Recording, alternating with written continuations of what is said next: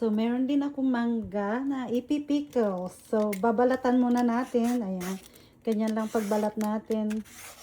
Mabilis lang paggamit mo ito. Oops.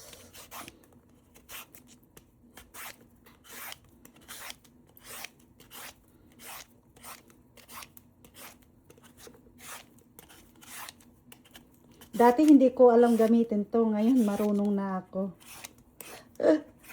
Mas mabilis na.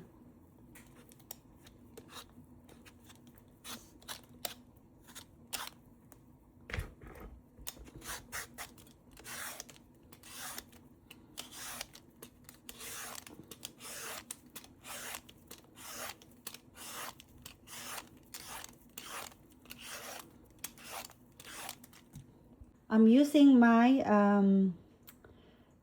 pickle scraper that I bought from Amazon. So this is how easy it is to make them.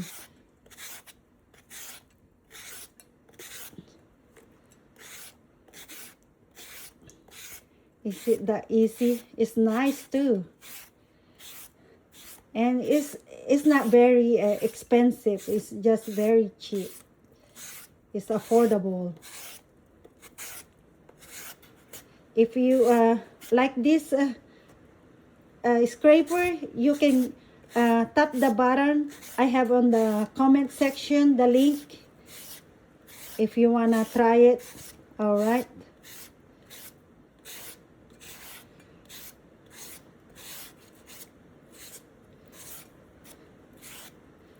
All right, it's nice for pickles.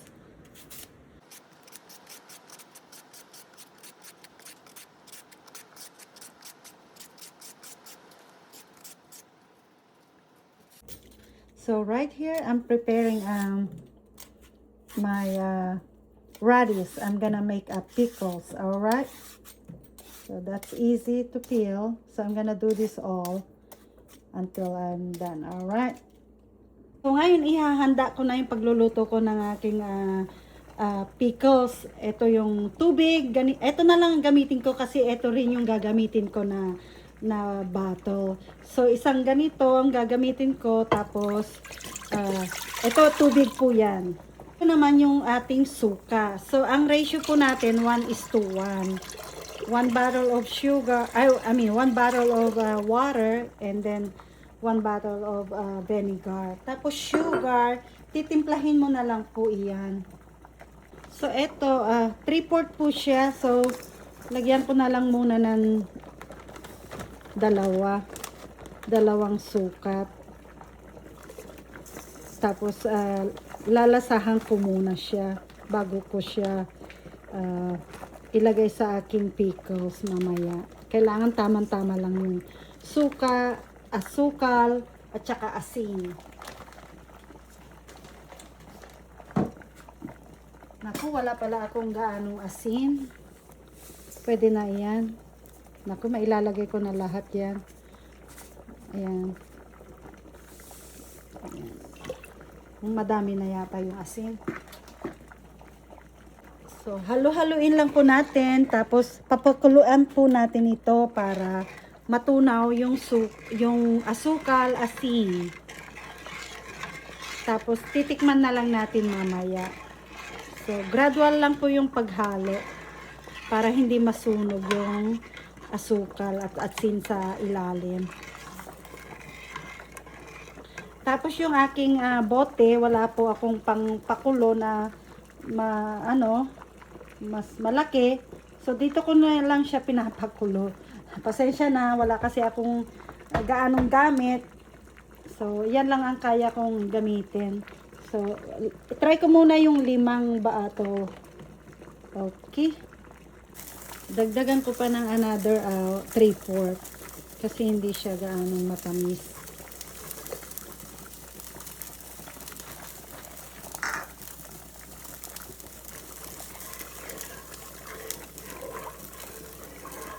Then dagdagan ko pa ng salt.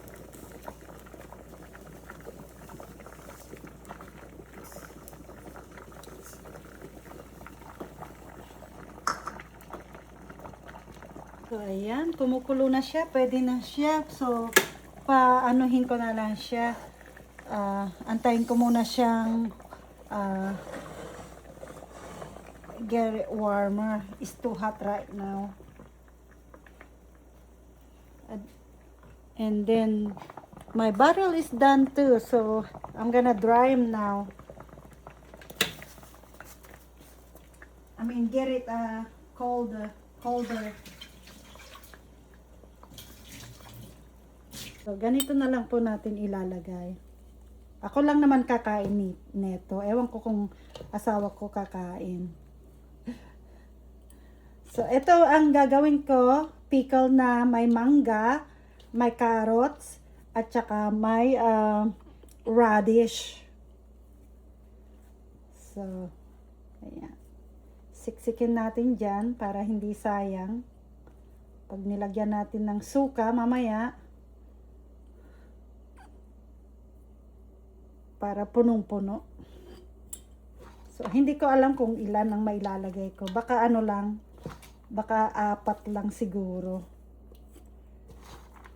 Masarap siguro to. Nilagyan ko na rin siya ng bawang. Ayan, oh. Nakalagay na rin dyan. Huwag ko masyadong siksikin. Kasi yung isa, baka wala na. 4 lang pala yung magagawa ko. So, 4 lang. Ito hindi siya siksik.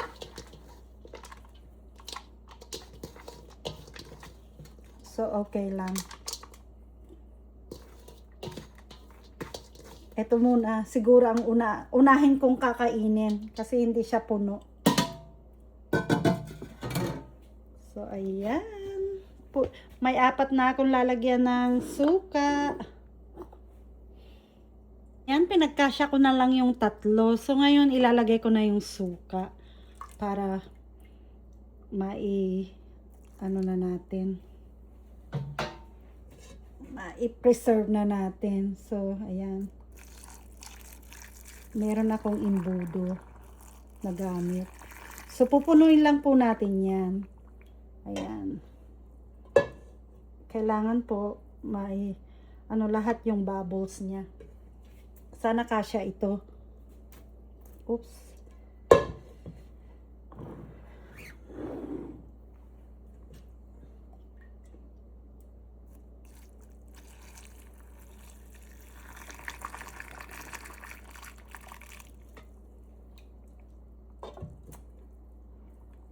Ayan. Sana masarap. First time ko gumawa nito, kaya tignan natin later on.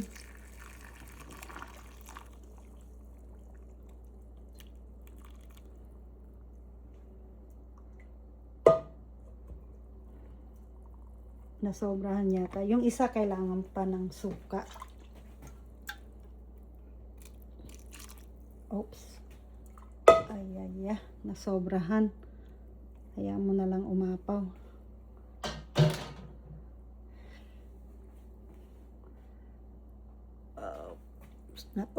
Mainit.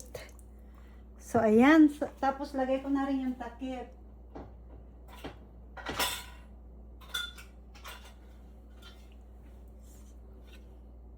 So, ayan yung takip. Lagay natin yan.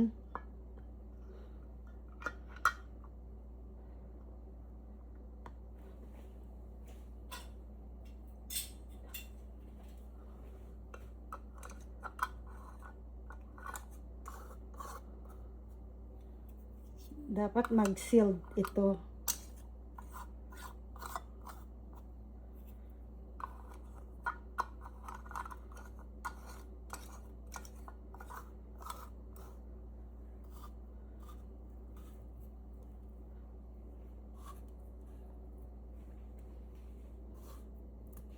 So, ayan.